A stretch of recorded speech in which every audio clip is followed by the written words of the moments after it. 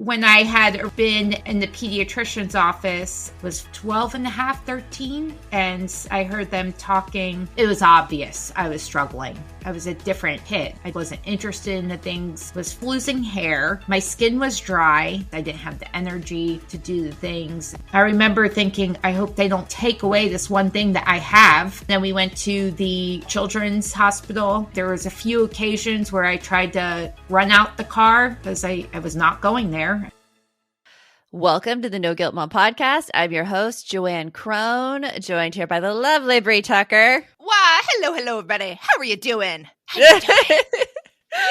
Since we're airing, so we're recording this right now mid-January, but I know we're airing this at the end of the month. So I could say this like timely piece of information. I just razzed Bree this morning about her beloved Chiefs on the Joe with Joe and our Balance community. I know. I actually, you know what we need? I like your idea. We need to start like a trash talk thread between me and your Vikings fan family. We need but I mean, this is right after the game, the Vikings. Vikings are out. But the way I was razzing Bree for them all night. Probably because you knew the Chiefs could beat them. No.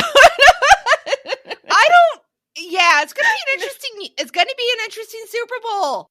It will be. So out there in podcast land, I just need to know if you agree with this too. This was brought to light by my 11-year-old son. And he said that the reason the Chiefs are always in the Super Bowl is because there is no one else in the AFC who is actually good. Bullshit. Sorry. Oh, God. Oh, the hay fever right now. Oh my gosh. That's so good. I think that came from my Vikings loving 11-year-old. So, I mean, we might get, if you want to comment on that, guys, we have a podcast Facebook group. If you want to come over and tell me how wrong we are, come join the podcast Facebook group. Just get Bree Although I'm going to warn you, a lot of my friends are in that group. There are a lot of KC fans in that group. So you start talking and we'll see what happens. It might be. But that link is in the show notes if you want to come and chat with us directly. We have a really, really great in-depth episode for you today. A little bit of a trigger warning with this episode. We talk about eating disorders. So just to let you know, that is coming up. But our guest today, her name is Jennifer Beasley. She is an eating disorder therapist, parent coach, and author of the book Dumped, The Breakup That Changed Everything. She specializes in helping teens heal from eating disorders, parents learn what it truly means to support teens facing these challenges, and how to break up with ed in the book forever. She's also the mom of 2, ages 9 and 11. So with that, let's get on with the show. You want mom life to be easier. That's our goal too. Our mission is to raise more self-sufficient and independent kids, and we're going to have fun doing it. We're going to help you delegate and step back. Each episode will tackle strategies for positive discipline, making our kids more responsible and making our lives better in the process. Welcome to the No Guilt Mom podcast.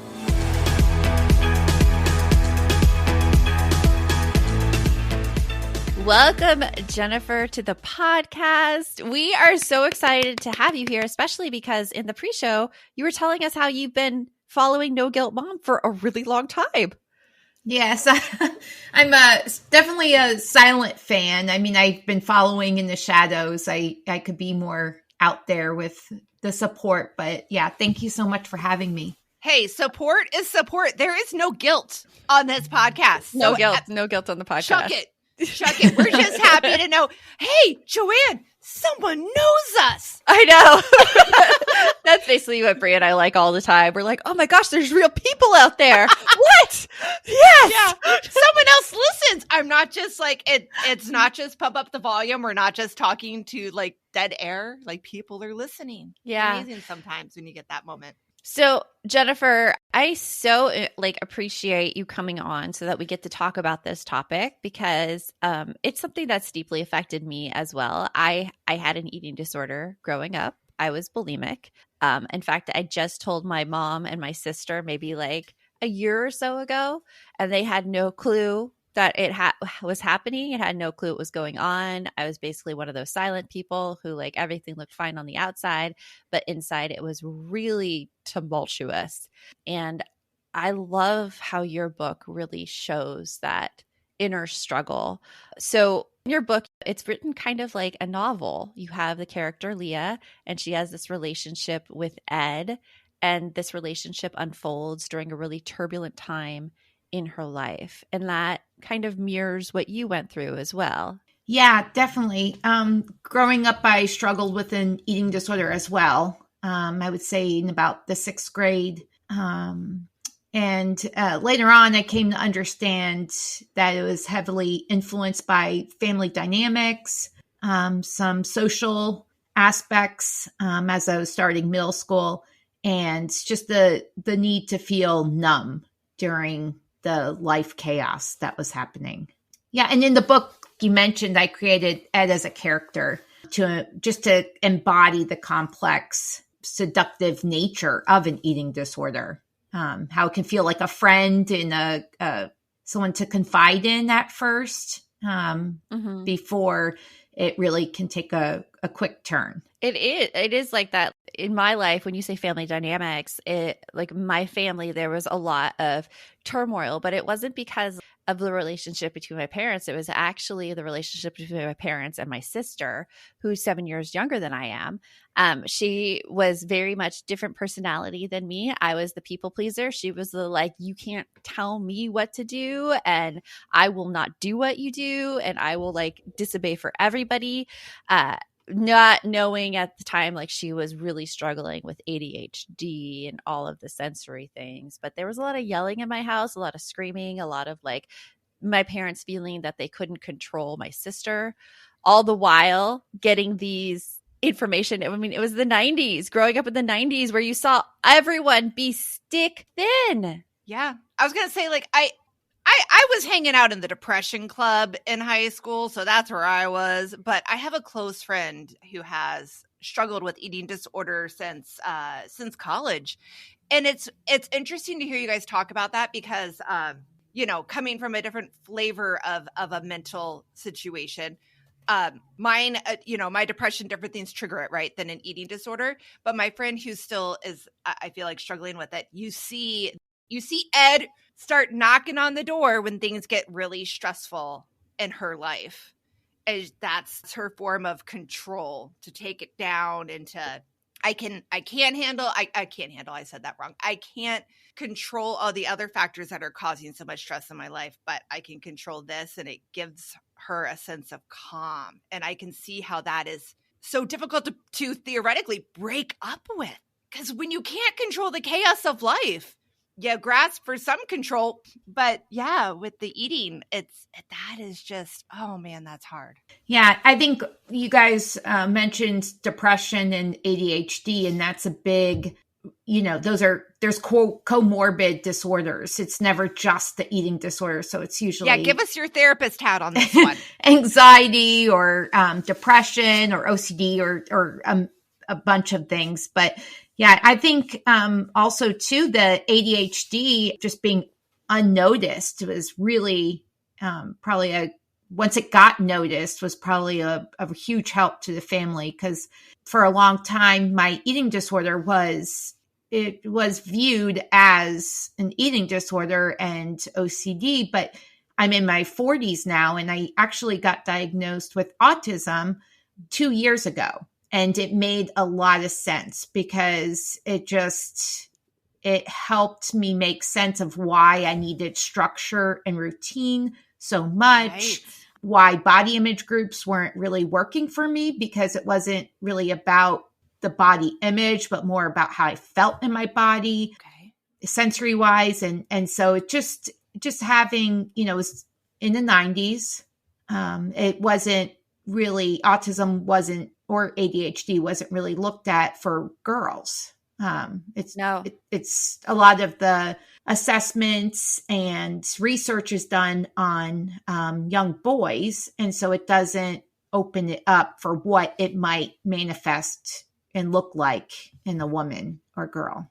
No, it's true. I mean, since then as an adult, I've been diagnosed with anxiety, like severe anxiety that I'm treated for, and not yet ADHD. It's a back and forth between my therapist. People listening to the podcast know I talk about this one all the time. But looking back, it's like, maybe it was control. Maybe it was feeling how I felt in my body. It was like a kind of a social isolation in some respects. I felt like I wasn't being accepted by my peers. Like I was not noticed. I had like a crush on the same guy all through high school who, like, spoiler alert, he's living with his husband now. But that was never going to happen. That was never going to happen. But we've all been there, Joanne. We've all been there. It was. And so I did all of these things to try to get myself noticed. Like I was in theater. And then when I wasn't feeling confident in theater, I'm like, well, maybe if I'm thinner, I feel more confident in theater. And then that turned to a control of like, okay, well, now I need to eat that way. But I went into these binges and that led to, like, it's such a messy cycle. It's not just body image. It is, like what you said, control, anxiety, all of those things mixed together. Yeah. Yeah. And it doesn't help, back when we were growing up in the 90s, it was really the magazines. Yes. Like the magazine covers. And now for the teens, it's just Instagram, and us as women, TikTok, Facebook. And so before we could kind of avoid looking at magazines to get influenced by diet ads of like, you feel bad about yourself, change your body and then you'll feel confident. You'll feel happy. You'll finally go after the crush that you've always had, or you'll finally, go after the job you've always wanted. And it's very sneaky. It sneaks sending the message over and over. Can I throw out the Princess Diaries? Right? Like Anne Hathaway? Life was in shambles, couldn't make friends, had no self-confidence, but got a makeover and suddenly everything was perfect. Yes. And I think that that's a good point. Well, I think that still exists today. And I want to get into that conversation about how it exists today, especially for our generation right after this. So with the whole body image thing, I don't think our generation, like the millennials, the Gen Xers out there, I'm a Xennial, I'm right in between. So I'm like between everybody. I don't know about you, Jennifer. Are you a millennial or a Gen Xer? Millennial. So like that kind of messaging is still very much out there, more so though in the Gen Xers than in the millennials. Like when I see friends who are older than me, like there are fitness influencers like the Shailene. Oh, wait. I'm sorry. I'm 1980. So I am a Gen Xer. Well, you're with her. You're a Xennial. You're with me. But it's more of you see the posts about how now that they're thin, they're living their best life. And that is so the messaging that we got in the 90s with the magazines and everything like that. So much so, like I tend to fall into those patterns and I have to protect myself against my feelings of control, and especially diet-wise when I see those. Like, what do you see with that, Jennifer? Oh, gosh. I just think back of the Jane Fonda videos, Oh, God, yes. And later on, she went on to disclose that she had actually suffered from bulimia and, kind of growing up watching Growing Pains, and Tracy Gold went on to, so it was all around us, but now it's really around everyone. The not only the filters, but like real life people in our everyday life. Like, for instance, going to the pediatrician's office, you get that message that the BMI chart is you're healthy or you're unhealthy. And the BMI chart was actually not even designed by a medical professional. So really? Oh, yeah. Tell me more about that. We can dive into deep history, but who created it then? I'm sorry. I just have to know. Who actually a mathematician. Really? Mm-hmm. And then the pharmaceutical company actually took it on as to hang up in doctors' offices, because it's when the first weight loss pill went on the market. And so doctors were prescribing it to anyone who didn't fit into those certain measurements and numbers. And it just kind of stuck around. So anywhere you go. And I think that's something that I've been trying to use as teaching moments with my children, is that we can't really protect them from Ed showing up, because Ed is really, really persistent. He's kind of like that boyfriend that, you know, you want to put in his contact, do not answer, because he's just going to keep calling. Yeah. And then once you answer, it's like, oh, you're sucked back in. There's a little hope that maybe things will work out this time. Maybe things will be better. But shows up wherever you go, really. It does show up wherever. And I used to count macros. I counted macros like a year ago. And I found that I was getting too obsessive about those damn macros. Like, so much so I'd be hungry in the afternoon and I'd be like, nope, it's not in my macros. I can't eat it. As a result, I did lose 15 pounds, 20 pounds. And I knew it was bad. I was watching the show Sweet Magnolias on Netflix, and one of the characters owns a cafe, and she made this delicious looking cake. And I'm like, oh, can I just screw it all and eat the cake? And I'm like, there is something wrong with this right now. Like, all of my thoughts should not be about food. But then you get into the shame spiral that all your thoughts are about food. And it's just like one of those things that, I mean, I have a 16-year-old daughter. I never want her to go through it. And I'm seeing some things now that I don't even know how to talk to her about, because I feel like my perception is so skewed. I mean, do you find that in you? I feel as though I intentionally feared that being me. So I intentionally went to the graduate school to get the training. I intentionally went to, work with eating disorders for 18 years in all levels of care.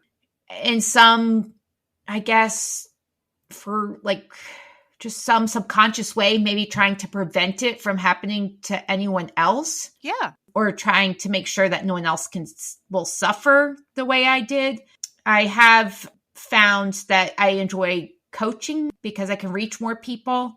And also, I think if it was up to me to have been waiting on family-based therapy to get well, I would have not survived. So my family dynamics never changed, and they're still not changed. And so if I had waited to get help until my family dynamics changed, or for them to get their act together, then I wouldn't have been here. So really kind of just having a provider back in the 90s take a chance on me, and is kind of Dr. Kramer in the book in a way. Somebody who is willing to kind of just foresee what treatment should look like and needs to be like, and really kind of see Leah for herself. Yeah. And what will work for Leah. I'm interested to hear what your experience was when you figured out that you actually needed help and you needed to change, because that's a really hard place to come to. And we're going to get into that right after this. So Jennifer, when did you realize, in terms of your eating disorder, when you actually needed help? Because you mentioned that, like, if you waited for your family to change, it wouldn't have happened. So what was like the event that made it happen for you? I would say that there wasn't like some grand realization. I wish there was an aha moment. There were really kind of small, painful moments where I saw just how much Ed was taking from me. Like feeling very fatigued. Like in the book, I too was a really good runner. I was, and I enjoyed it greatly. I felt such freedom, and I had really mastered the 4 laps around the track, the 1600. And then, but that didn't last long. When Ed came around, I didn't have the energy to keep up those times, or even had any interest in doing it anymore. And then my relationships with my friends, as you mentioned, like isolating, just really not wanting to be around people. And then also just every time I went into the hospital, a treatment center, I had done really well because I had really wanted to just, I learned the system. I learned I wanted to please the staff. I earned the rewards so I can get the phone calls and the visits, and then I can get home and just be a normal teenager. But it was every time I went home, no matter how hard I tried, I just couldn't keep it up. I just couldn't. I'd end up right back. And so I think after several of those relapses, it was actually when I was out of state, many states away, and I was at a treatment center. It was my 16th birthday. I was spending it in a treatment center, which I thought, oh gosh, never did I think this would be the way I'd be spending my 16th birthday. Mm-hmm. I said, look, I have done everything you asked. I have checked all the boxes. Can you trust me to do something like I've trusted you? And every other provider had always said, no, like we have our policies and procedures and like we need to follow things. But this guy actually said, sure, what do you have in mind? I said, I want to go on a date. I've never been on a date. And he said, okay. And so I actually met another resident. And as a mom now, I cringe when I say this because I'm like, oh no. But he was actually a great guy. He was in the adolescent unit. His mother passed away. Mm-hmm. We had really grown to connect over just grief and family loss. And we went to the movies. It was nothing profound, but it was my first date. I said I wanted to go on my first job interview. So he allowed me to go to a local mall and have a job interview. So he really thought outside the lines, which really, I think, helped me because he believed in me before I could. He saw me and was like, you're worthy of this. You've got this. And I didn't have that from my family. I didn't have that from other providers. I mean, I did get that from the providers before if I had followed their way of doing things. But this was more unconditional. Yeah. Oh, the whole you're worthy of this. And like that brought tears to my eyes because I don't know how long I just wanted to have that said to me. Because all the time, like when I had my eating disorder, I was just trying to prove myself. It's so complicated because I've always been viewed as someone who just, things are easy to me and I have it together. And all of these things like, oh, Joanne, like we don't have to worry about her. She's so strong. But like the things I say to myself are awful. And like, I'm like tearing up here. Like they are awful inside. And to have someone be like, oh yeah, I don't even know, Jennifer, though, if I would have even asked for those things because I thought I was so unworthy of them. And it still gets that. I still feel that.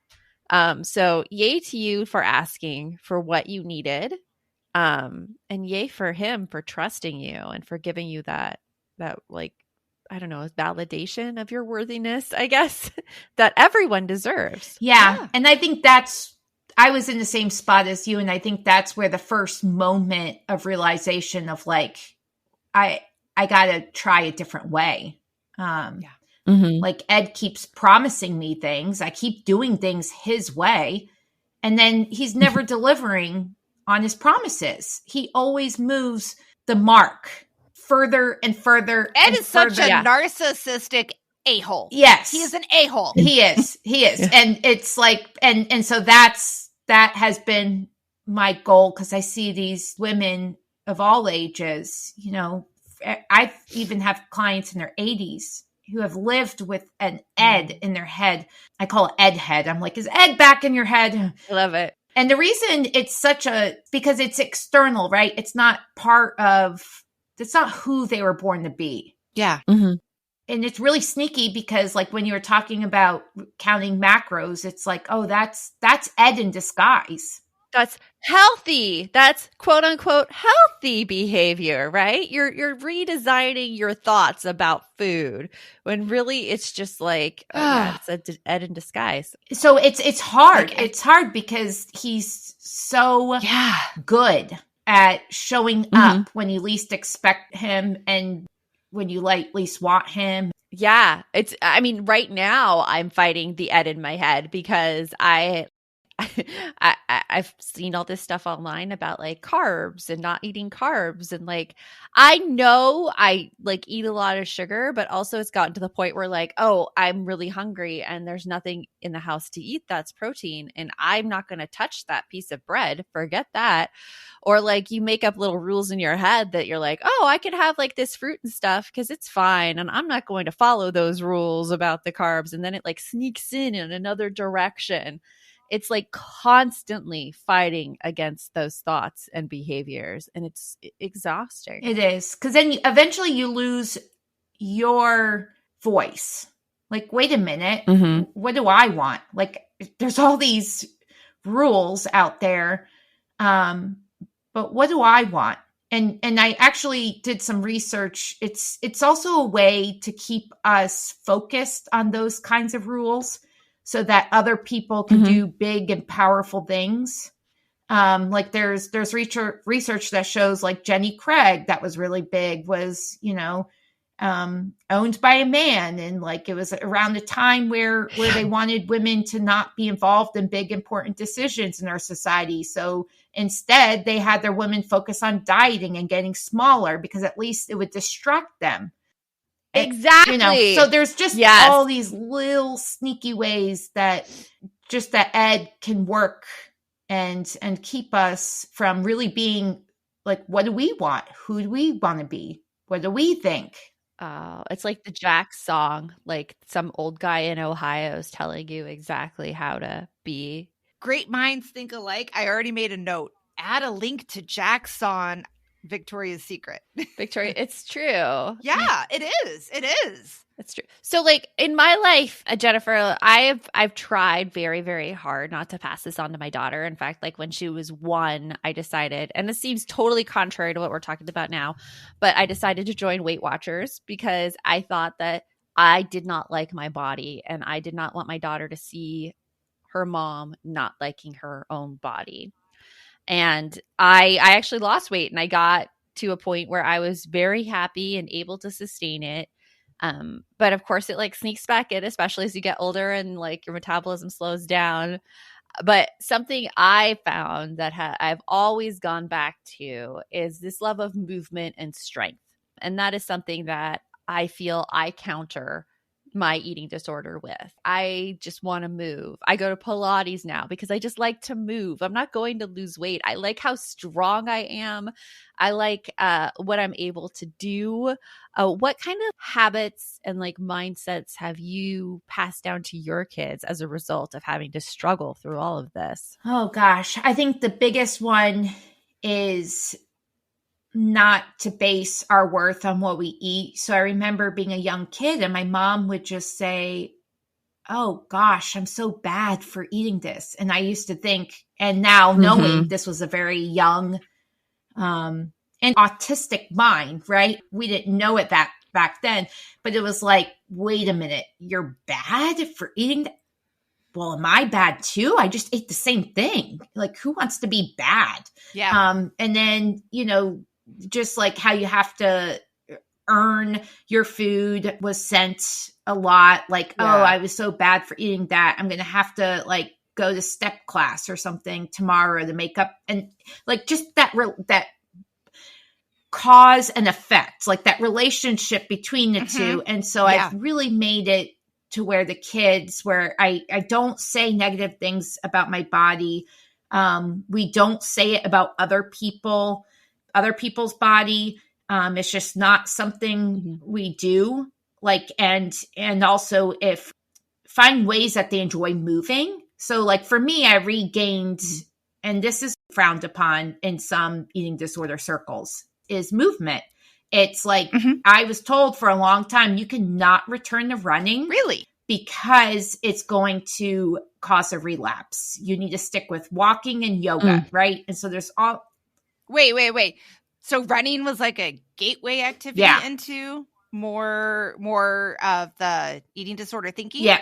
Interesting. Why is that? Is it because, I mean, because I'm a runner. I've done marathons. In fact, Yeah. I did my first marathon because I thought it would make me thin. Spoiler alert, it does not, because you have to You eat gain muscle. so much. It's not just the gaining muscle. It's Oh, it like, isn't? because when you exercise that much, your appetite, of course, increases because your body's demanding the energy fulfillment. And so you eat and energize you and to do all those things. But like, what was the thinking there, Jennifer, about running and eating disorders? For me, I kind of have to be on both sides of the couch. Mm-hmm. One, as the client, I didn't understand it because, in fact, returning to running and reclaiming it was the motivation I had to get rid of Ed and to really be myself, because Ed's the one that had me stop. Mm-hmm. Yeah. But as a professional, being on the other side, I could see the training that we've received about how, excessive exercise to burn calories is part of the eating disorder.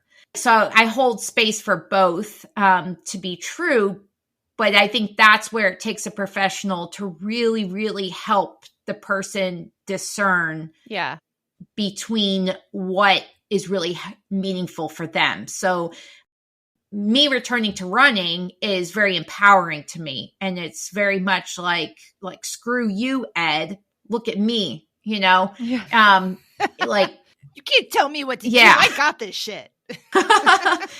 Maybe, but again, I think it's fear of relapse, fear of like, let's not trigger anyone, but there's triggers all around. I mean, it's really about finding what works, because movement's really, really helpful for anxiety, depression.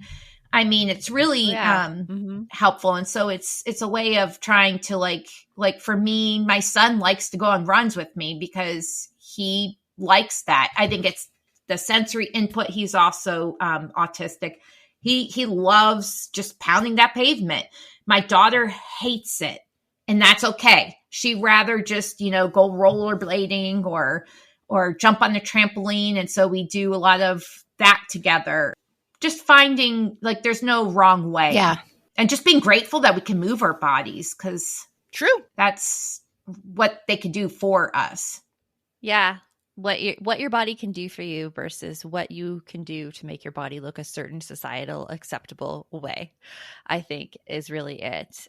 And being aware of just your thought patterns and everything, to know exactly, like, that helps me to know when I am slipping and when I need a break from the obsessive thinking that I need to control what I eat or put in my body, and somehow I'm not strong or I'm not like willful.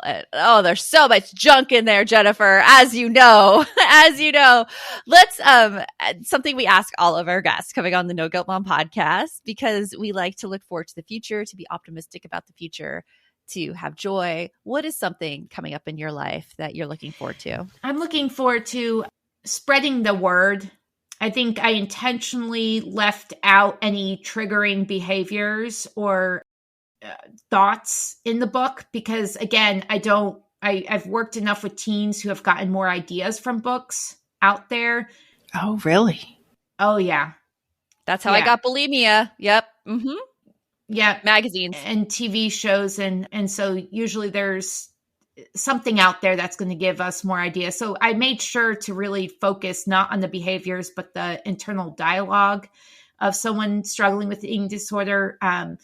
Because regardless of the eating disorder, the dialogue is very similar. And so we can get so fixated on the different behaviors, but they're all really central. And so I think something I'm looking forward to is just writing more adventures with Leah, answering, parents' questions. I really want to support moms into, again, not taking any guilt or blame if they themselves or their daughter or son is struggling with eating disorder. Like, there's none of that is allowed. Really, to also help other people write stories. So I've become a certified writing coach to help other people write their stories of recovery in the way that they take the power back and can have a good impact for young adults. Awesome. That's awesome. Well, Jennifer, it's been delightful talking with you, almost like a mini therapy session because I got to cry a little bit too. So thank you for that. And we'll talk to you later. Thank you. So in this episode, Jennifer mentioned BMI. And I was like, oh my gosh, I'm so interested. I've never known the history of the BMI. Like I knew it was inaccurate, but I didn't exactly know why it was created. And so this comes from the National Library of Medicine from the National Institute of Health. But it's this article called The History and Faults of the Body Mass Index.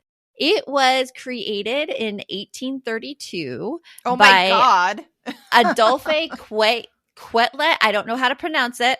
He was a Belgian statistician, mathematician, and astronomer. He was inspired by his passion for statistical analysis and bell-shaped curves to establish quantifiable characteristics of the quote-unquote normal man. And I'm sure he meant man by this. Yeah. It was 1832. So that's where it was born. That's where like this index was born. However, it came into popular use more than 100 years later in the 1950s, where Louis L. Dublin, or I. Dublin, he was the vice president of the Metropolitan Life Insurance Company, and he established tables of normal weights for clients after the company noted that more and more claims were coming from their obese policyholders. So it was a question of insurance issues and not really health. Okay, so the first thing I'm going to say in the interview when Jennifer shared with us how BMI wasn't even created by a medical doctor, and she's like a mathematician, and I'm like, oh, those mathematicians always trying to find statistics. I'm saying that very tongue in cheek. I love the pieces of the universe that are opened up by math and patterns and equations and algorithms, but there is a point where you're looking for patterns that don't exist. You're looking for statistical truths that don't exist or that change over time. Like I just read an article. Yeah. Correlations that don't exist. Like you're making a correlation for something that isn't true. Like where one, yes, there is a pattern there. Totally. What that pattern means is up to interpretation. Yes. And also, like, I was just reading an article in the New York Times today about how our population is living longer and how we're going to have more people with dementia just because of the fact that they're getting into longer age ranges. And we're not used to this as a society. We're not sure what to do with it. Like, to me, I feel like that would also be tied onto the BMI as well. Like, the body of a person in the 1800s is not the same as a body of a person in 2025. Just my opinion, but I don't like the BMI either. So yeah, me and him got some words. It's funny. You're like a little nervous about the mathematicians coming at you. And I swear, like, you're going to be safe from those mathematicians. But I don't know if I'm going to be safe from what I said about Chiefs fans in the beginning of it. I may have more of the backlash about that one. Nope. I think people are going to come for you on that. I think some people are going to come at you for that one. But I was saying, like, when we were done with the interview, we were just talking off camera with Jennifer about her story. And she was saying how this was the first time she shared it on a podcast, like, so publicly. And it is so hard to reach into that deep part of yourself, right? Those parts that you're like, I know I wasn't perfect. And I know that there's a lot of other people like me. But I'm not sure if I'm willing to bring up that vulnerability about me, because then you think that brings in judgment and all these other things. And you already judge yourself harsh enough. Like you people, right? We already judge ourselves harsh enough. It's scary to put ourselves out there. And I'm just so thankful that you guys do. There is a saying that says you should never write from an open wound, but you can write from a scab, or you can write from a wound that's healed over and closed. It was something that I hurt from in the past. I have healed over. I have some perspective on the situation now that I can talk about it and I can share about it. It's actually like part of my healing journey, so to say, being able to discuss it now. You talked about how you held it, like just between you and yourself and Ed. Yeah, it was a secret for so long. I wish that somebody would have noticed it, but if anyone asked me a question about it, I would have denied it, and I would have been really good at denying it too. And it just becomes, that's why I do what I do now. I want those relationships to exist between parents and kids, where kids feel comfortable coming to parents with their problems without fear of not necessarily being judged, but having like that fear of having to take care of your parent now too, in addition to you. Because I know that if my parents knew that, they would have probably blamed themselves. They would have probably been freaked out. I didn't want them to be freaked out. I had it under control. So why would I tell them to freak them out, where that would be something else I would need to soothe and put under control? So it's like, it's just a really, really hard thing that you see happening in society, which is why I've tried really, really hard with my kids. And I'm trying very, very hard now with my daughter getting ready to go out to college, because it is affecting me emotionally. Yeah, totally. But I don't want, and I'm going to tell, and I tell her that I'm like, I am going to miss you, but I'm also so happy for you. And I'm so excited for you, because I don't want her to have to bear the brunt of my emotions in addition to her own. Yeah. I highly suggest you guys go and get Dumped. It is a great story. It'll open up your eyes to the world of eating disorders. And we have a link in the show notes. Grab it. It'll be a really good read to help you understand. And remember, the best mom's a happy mom. Take care of you. I'll talk to you later. Thanks for stopping by. If you'd like to support the show further, you can share episodes with your loved ones, leave a positive review, or follow us on social media at No Guilt Mom. You can also show your love by visiting our amazing podcast sponsors. We have a link in the show notes. Are you a parent in need of a laugh and a little escape? Look no further. Parenting is a Joke is the podcast you've been waiting for. Hey, I'm Ophira Eisenberg. I'm a stand-up comic and parent. And each week I chat with one of my top comedian pals who, just like you, are juggling careers, busy lives and schedules, and raising a family. You can expect candid stories, hilarious mishaps that happen on stage and at home, and just a lot of laughs. There's no expert advice here. Well, actually, sometimes a good idea does sneak its way in, but mostly just pure, relatable fun to remind you that we're all in this parenting adventure together. New episodes of Parenting is a Joke drop every Tuesday, so tune in, get ready to laugh, unwind, and maybe even feel a little bit better about your own parenting. Because sometimes that's exactly what your therapist, pediatrician, and bartender ordered. Subscribe now on your favorite podcast platform.